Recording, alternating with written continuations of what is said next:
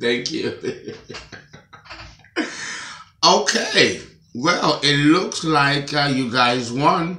You guys took the poll, and the poll was in favor of compatibility of signs.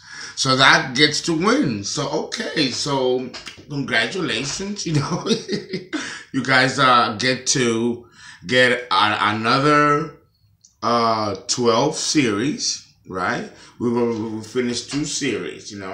How to understand the women of the signs, and then series 2, how to understand the men of the signs.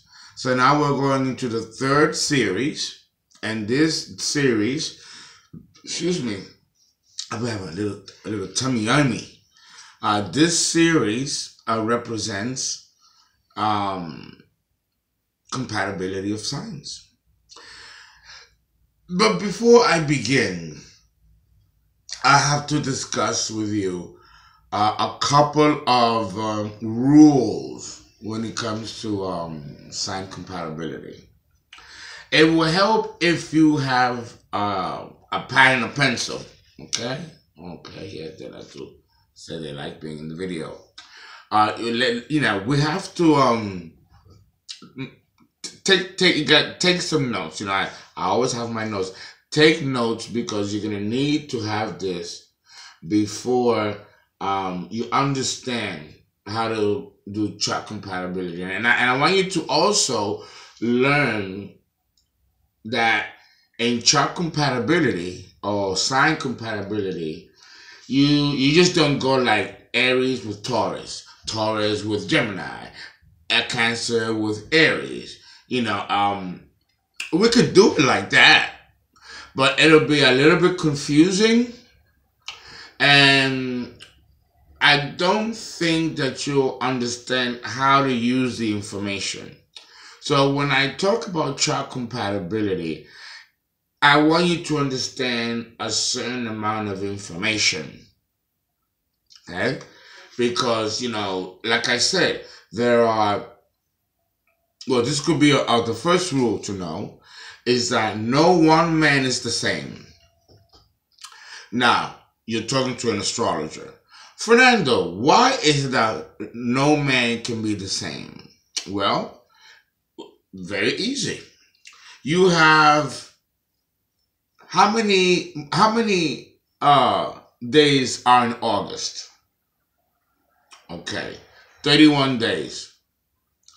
No, the first rule, each day of the month, each day, so if there's 30 days in a month, or 28 days in a month, or 31 days in a month, okay, you get it? Each day of the month represents a personality. So if you want to count 365 days, now talking astrology, right? And we're talking about compatibility of signs. That means that there's 365 personalities that are born on this plane, and this frequency, and this vibration. Okay? So, you have, let's say, the sign of Cancer, right? Because the sun is passing through Cancer, which begins on June 22nd, right? The beginning of the summer solstice. All the way until the 23rd of the next month. That's still 30 days, right? Because they're 30 degrees, and 12 times 30 is 360 degrees. That's a whole circle. We have 365 days because as human beings, we've added an additional 5 days, because we break and divide the time through different mathematical disciplines that are used to convenience us. Has nothing to do with nature. There aren't really 365 days. It's really 360 if we go by the dial of the heavens. We add the extra 5 days because we do daylight savings, wartime, military time, The Mason-Dixie line, we have several changes in time zones and grids. All of that is manipulated by man. Man manipulates all of that. But if we stick with nature, we are going to come up with 360 days. So, but we are going to add in another 5. And astrologers have done this now since the turn of the last century. We figured out how to actually equate it into the man-made grid. But know that as astrologers, we are basing our information not on man-made laws, but on cosmic universal laws. So understand that if you're dealing with Cancer, you have 30 days in the span of Cancer, right? 30 days. So now the Cancer man, you got 4 types. Because remember, we ascribe that there are 4 main types of every sign. And then that there are 12 subtypes. Well, it goes a little further. There's actually 30 subtypes. 30 subtypes over the 12. So the 12 is divided into 30 subtypes. And from the 12 come the 4. So in all, you have about 30 different Cancer men and Cancer women types. How are you going to do a compatibility with all those types of variables? That's a lot of variables. Think of me, Fernando, that you know, and think of 28 other Fernandos. Or 29, it makes 30. Can you imagine 30 of me? Just the same, just the same, but we won't act the same. We won't do the same. We won't think the same. We won't respond to life circumstances, including a relationship, the same. So how do you propose to make accuracy or make sense or make it work the concept of compatibility? Because there has to be a lot to compare, right? Well, it does get a little easier. There is a way to actually sort all that out and come up with one golden rule of a solution. Okay?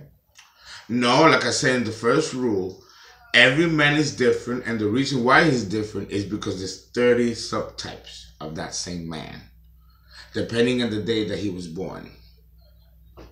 Now, the year that he was born also makes a difference. The year represents the 4 main domains, while the month represents the 12 subtypes, and then the days of the month represent the 30 days of that month, or the subtypes. You see how we break that astrologically? The year represents the 4 main types. The month represents the 12 subtypes, and the day of birth represents the 30 different subtypes. Does that make sense? So now if you want to know what kind of man you got, and is he compatible to you, you're not going to know how to do that unless you are an astrologer, and what does it mean that he was born in 1967? What does it mean that he was born in 1981? What does it mean that he was born in 1992? It does mean a lot. It does matter. It does matter. If you're dealing with a man that was born in the 80s, it's a different psychology than that same guy. Let's say a Gemini. If a Gemini that was born in the 80s, which today he will be in his late 20s, early 30s, If he was born in the 80s, then as a Gemini, born in the 80s, he's going to be a different man than a Gemini born in the 90s, who will be in his 30s by the year 2020 or something like that, right? Because you have to look at the timeline and the chronology line. That's also astrological, because there are different planets on different years, and there are planets that mark a whole generation, like Pluto, Uranus, Neptune. These planets represent generations. So if you're dating a Gemini that was born when Pluto was in Virgo, along with Uranus, that means that he was born in the 60s. If he was born when Pluto was in Leo, that he was born in the 50s, late 40s to 50s, late 50s. So understand that the age of the person is going to determine his psychology based on that decade that he was born. So if you really want to know your man, and you know he was born in the 80s, you know what you do? Watch movies of the 80s. Because that's the psychology of the time. And the souls that are born in a particular decade, they're going to have a stamp of that psychology of what went on in that decade along with them. That's a trick. Because that will let you know his mindset. It's also good to know what country he comes from. Does he come from a war-torn country where he might be fucked up and you might not have a clue, right? Someone who grew up watching murder and being killed or killing, you have to, these are things that are outside of your control, but you have to figure into the equation when you are going to do compatibility of signs. Because it's not so much about the signs. It's also about, the signs represent the capacity of a human being to cope or adapt. And he also talks about the gifts that he's bringing with him or her. That's all. That's all. Yeah, there's a certain amount of psychology that each person brings with them when they're born. And then there's a certain type of psychology that molds the person where he goes through his schooling years, his child raising years with his parents, his neighborhood, his friends, his enemies. All of that shapes up who he's going to be by the time he reaches age 30.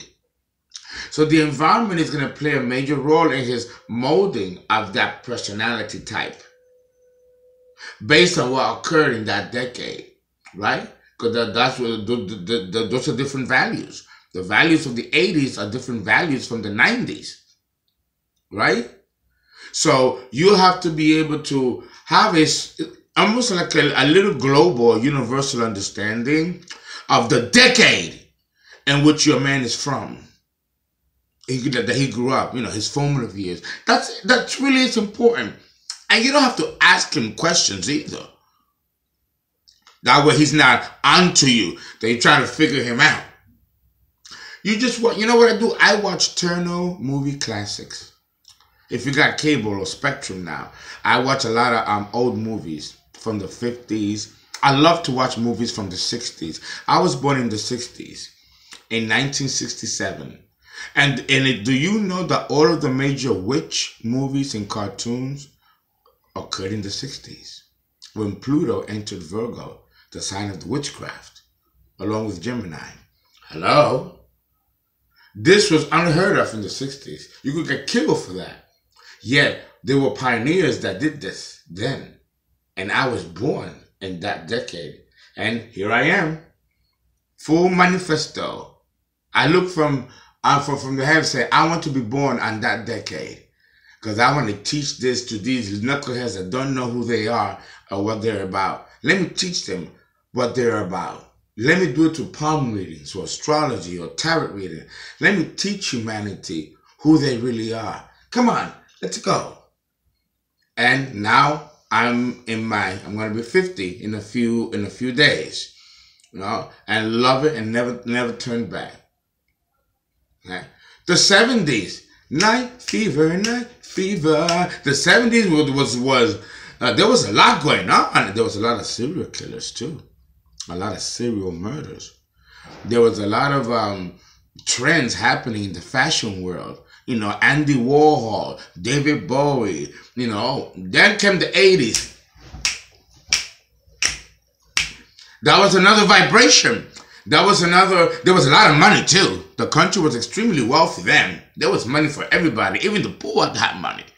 You know, and it was glamour. You had all the singers, Madonna, Whitney Houston. You had, you had Cats. You know, Broadway musical. It was a Leo generation. You know, it was about making money and being self-made and being like a maverick. You know, it was a fast time. It was a fast time. But AIDS hit. It began in the 70s, late 70s, and it hit. And it was killing people left and right. We had a global epidemic with HIV. And it destroyed. And then the crack babies of the 80s.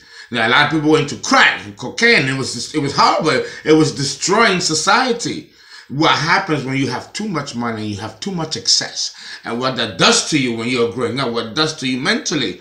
So understand the person that you are with, and what decade he's born in, what year. You don't have to know. You know, if you find out how old he is, you know, do a little math. Ooh, go into your app. They got apps for this. You check, he was born in the year of the ram or the year of the dragon, if you want to go Chinese. Or just regular, you know, Western astrology. And you do that. And it'll tell you. They'll give it. And then you go and then you research yourself. I love watching movies, old movies, 80s, 90s. As I get older, I can appreciate each passing decade. These people have different thoughts per decade, different ideologies and convictions, you know. So part of the compatibility that you need to worry about concerning you is if you are in sync with those values. If you are, then dating anyone from these decades will not be a problem for you. That's one hurdle out of the way. If you can connect to those values.